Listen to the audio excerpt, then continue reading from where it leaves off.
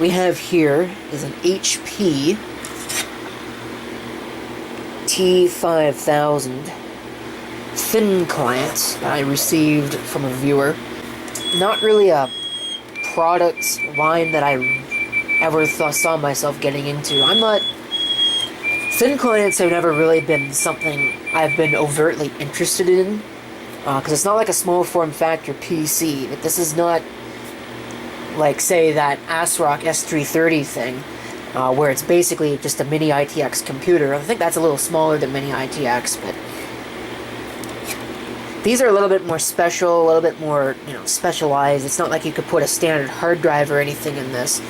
I think it does have a 40-pin IDE connection, because this is a fairly old unit. You can see there, this is a T5510 specifically, with an 800 megahertz CPU, manufactured in 2005. So that predates the transition to entirely being serial ATA. So it doesn't have any serial ATA ports, and even if it did, I would expect that the only serial ATA ports it would have, you can probably hear fireworks outside. It is the Victoria Day long weekend. In fact, that is today. It's Monday as I'm shooting this, so if you hear banging going on outside, that's probably what it is. And if it's not, then this video will stop rather abruptly. But anyway, if it did have a SATA port on it, it would probably be the optical drive type, this little small one.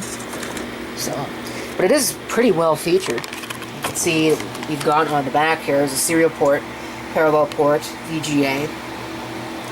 There's the DC input. There's a single PS2 port for a keyboard. Really kind of surprised to not see a second one for a mouse, but I guess it wouldn't necessarily need that. Headphone and microphone. 4 USB ports, and the Ethernet. I'm not sure if that's 10100 or if that's gigabit. I guess we'll have to find out. But you can see it's got this lovely stand on the bottom of it with nice thumb screws. That makes it easy to install and remove. So I do have the power supply, so I am going to go ahead and get some peripherals, and we can just go ahead and fire it up. Okay, I've gone ahead and plugged in all the peripherals, including a mouse. I do have to apologize in advance for the really poor angle, because the monitor is going to be up there. And I'm not using a tripod for this, which I'm sure a lot of people will complain about, but if I were using a tripod, the angle would be even worse, because the camera would be in the way, that light would be in the way, everything that is not necessarily in the way right now would be in the way. So, you'll thank me for not using a tripod later. We'll go ahead and we'll power it up. Get green light. And I believe F10 to enter setup on an HP. T5000 Phoenix Award BIOS. It looks like it's a standard PC, but it doesn't really have quite as many features. Since the system information page, you can see processor type is a TM5700, which we might get back to, because that's not Intel and it's not AMD either. 112 megabytes of memory, which is interesting. I thought it would have more than that. I guess it's got 128, I think, on it right now, and a 32 megabyte little flash thing. I don't know if that's going to be enough for what I want to do with this. I do have a IDE to SD card adapter, which is probably what I'm going to end up putting in this, just because I don't think 32 megabytes is going to be enough for Linux to run on. I think Linux needs a little bit more than that. But my plan for this is to actually use it for as a file server to replace the ASRock S330, so I can use that ASRock S330 for something else. As you can clearly see, we don't get very many options for anything because it's just a thin client. It does for, like I said, it's got integrated audio. I'm not really sure why. What kind of use that would have on a thin client. USB mouse support's turned off. under DOS. I don't think it'll matter. You could change it to keyboard or mouse, so that's pretty neat. Power management. I usually set, if it's a server, I usually set them to power on. Wake on PME, that is basically wake on LAN, so I'll leave that on. And then we can go ahead and just save and exit. And see what it boots into, and find out a little bit more about the machine. So you hear more fireworks outside. Loading. There's no hard drive LED on this. Again, I don't think that those are something that you usually find on these. This should be running Windows CE. If it's running anything at all, it should be Windows CE. That was interesting. Yeah, this looks like Windows CE to me. So, we'll go ahead and we'll open up the control panel. ELO touch. I guess this must have had like a touch screen hooked up to it. So we can look at the system information here. So that's the BIOS that it's running and all of the other information. Yep. Windows CE version 4.2. But it looks like everything is working. What version of IE is this running? Looks pretty old, like IE 6 or something similar. Let's see. Cannot find server. I want to know what version of Internet Explorer this is. I don't know if this trick actually works in IE. No, I don't think... Nah, that trick doesn't work in IE. It doesn't actually have a media player on it. There's no real media files. I believe it's got an internal speaker, which is what it's playing through. I don't know if it's an actual speaker, or if it's something else, sort of like a piezo or something like that.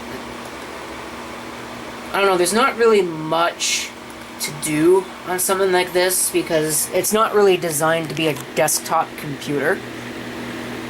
Which is why you can see that there's a lot of remote connection stuff, RDP, and that HP Connections thing is actually a Citrix client. So it's really designed to do remote desktop and stuff like that. It's not designed to be like a computer that you use as a computer. But that TM5700 CPU is actually interesting because that is a Transmeta CPU. Transmeta is not really a name that I'm sure a lot of people will recognize. And in particular, this CPU that's in here is a Transmeta Crusoe design, which was notable for, as the Wikipedia article says, it's not really an x86 CPU, but it's still x86 compatible. And how it did that was, instead of hardware instruction sets, it basically ran a virtual machine. It's sort of like how Java works, where Java translates program code into so-called bytecode that the CPU can run on the fly. It's an Intel x86 CPU, but it's also not an x86 CPU, and in theory it could emulate pretty much anything.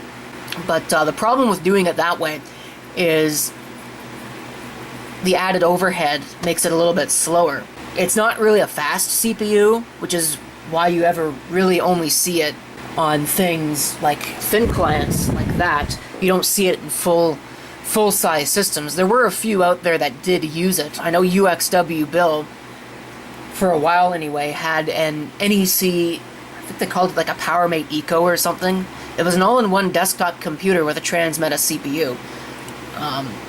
But if you look here on the Wikipedia article, you can even see the Compaq TC5510, which is what I've got sitting in front of me. Although mine, I think, is a later one, because that's an HP. So even though you can see down here, HP Compaq T5500, that says TM5800. Nah, it's actually a 5700. So it's an 800 megahertz CPU. It certainly is not going to perform like an 800 megahertz Intel Pentium.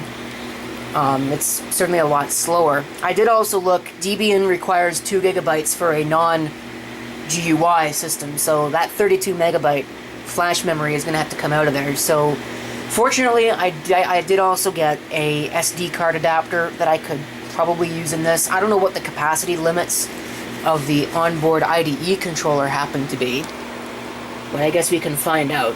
But I think, for now anyway, I'm going to close this before I make myself look like too much of a fool. Again, this isn't really something that is my strong suit.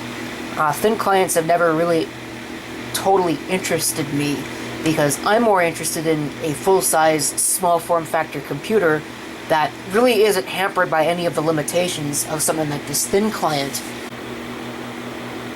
Here's a look inside of the beast. So you can see here that there's really not a whole lot to it. There's really not a whole lot to see. It's really easy to get it apart. There's 2 screws holding the black plastic cover on, and then 2 screws holding this metal. Presumably it's more of a shield and also a mounting point for the speaker than anything else, but it is there. And it needs metal in order to ground properly and things like that. I imagine the CPU is probably underneath that massive heatsink right there. Could be that one as well, but I'm pretty sure that's the north bridge, and then that will be the south bridge. Lots of VIA chips. And right there is the BIOS chip. Just a standard Phoenix BIOS, really. There's the Pacer. I think it's a 32 meg, if I remember right. Flash memory card. It's plugged into the IDE slot. I'll have to go and get the... I might actually do that and then power it up and see if it'll actually power up with that SD card in place, see if it actually recognizes it. Because I do have one of these 32 gigabyte micro SD cards to hand. I don't know what the limitation's like on this, though, so who knows. All the capacitors are good, which is nice. And there's the memory, 128 megabytes of PC2100.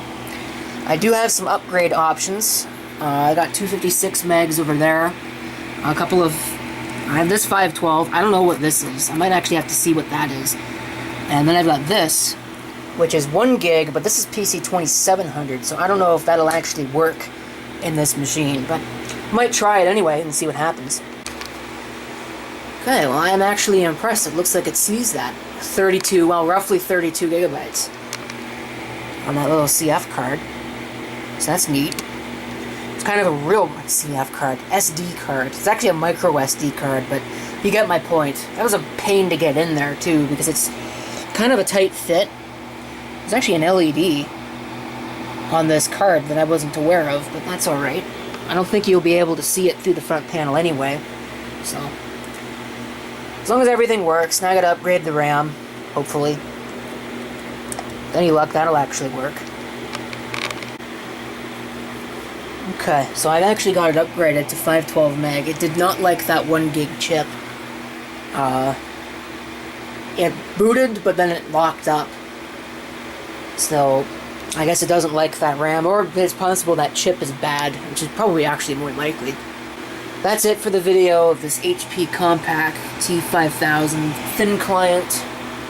Thank you for watching. If you've got any comments, feel free to leave them down below.